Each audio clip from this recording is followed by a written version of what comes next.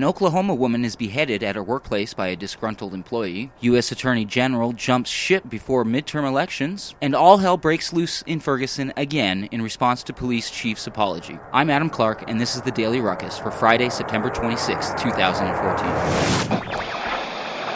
The Associated Press is reporting, a man fired from an Oklahoma food processing plant beheaded a woman with a knife and was attacking another worker when he was shot and wounded by a company official. Police Sergeant Jeremy Lewis says police asked the FBI to help investigate after co-workers at Vaughn Foods told authorities that he recently started trying to convert several employees to Islam. The man, whom the Associated Press is not naming, stabbed Colleen Hufford, 54, severing her head. Yes, she was beheaded, Lewis told the Associated Press before a Friday news conference. Lewis said the man then stabbed Tracy Johnson, 43, a number of times before being shot by Mark Vaughn, a reserve sheriff's deputy and the company's COO. This was not going to stop if he didn't stop it. It could have gotten a lot worse, Lewis said. More police have asked the FBI to aid in the investigation and look into the man's background because of the nature of the attack, which comes in the wake of a series of videotaped beheadings by Islamic State militants. Johnson and the suspect were hospitalized and in stable condition Friday, Lewis said. He does not yet know what charges will be filed. A Vaughn spokeswoman said the company was, quote, shocked and deeply saddened by the attack. Associated Press. 21stCenturyWire.com writes, new scandal coming? Eric Holder jumps ship, resigns as Attorney General.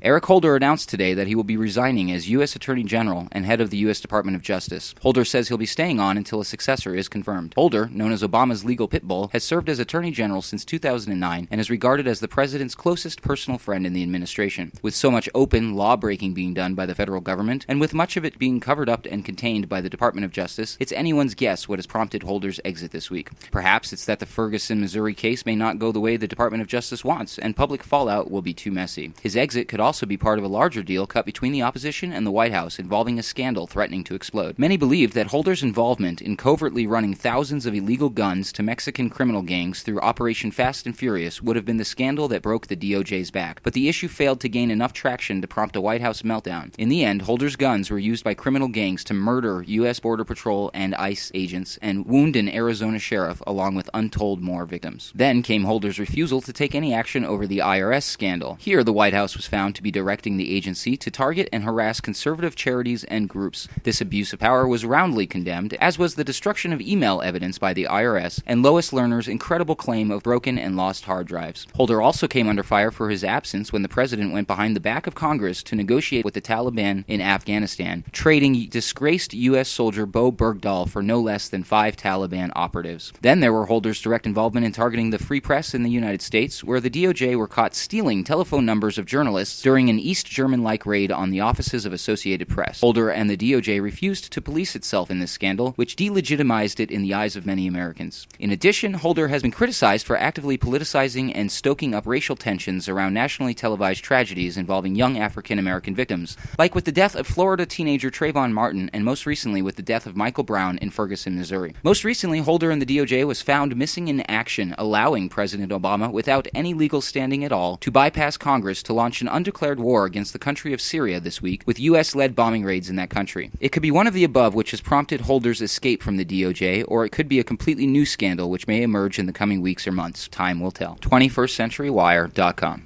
All hell broke loose in Ferguson, Missouri Thursday night. According to a report by KMOV St. Louis, the protest began peacefully, but people were upset by Chief Tom Jackson's apology earlier in the day. New developments overnight in Ferguson. That clash suddenly breaking out last night right in front of the police department on South Florissant Road.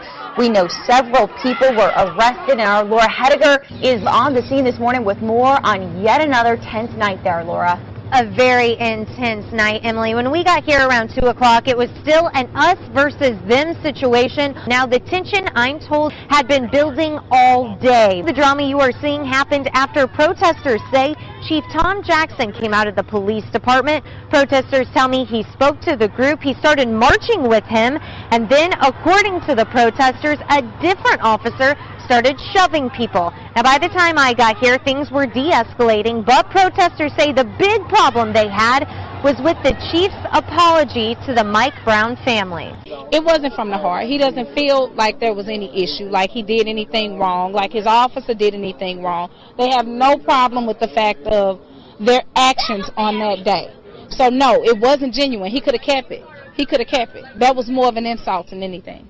That protester told me it was really just too little, too late. From the Ferguson Police Department, Laura Hediger, News 4. Witnesses estimate between 4 to 6 people were arrested during the scuffle. KMOV.com. Ruckus says, I think I'm going to go read a book. It is Banned Book Week, after all. Maybe I'll read The Adventures of Huckleberry Finn. Have a great weekend, everyone. For the Alternate Current Radio Network, I'm Adam Clark, and this has been the Daily Ruckus. For more information, please visit alternatecurrentradio.com.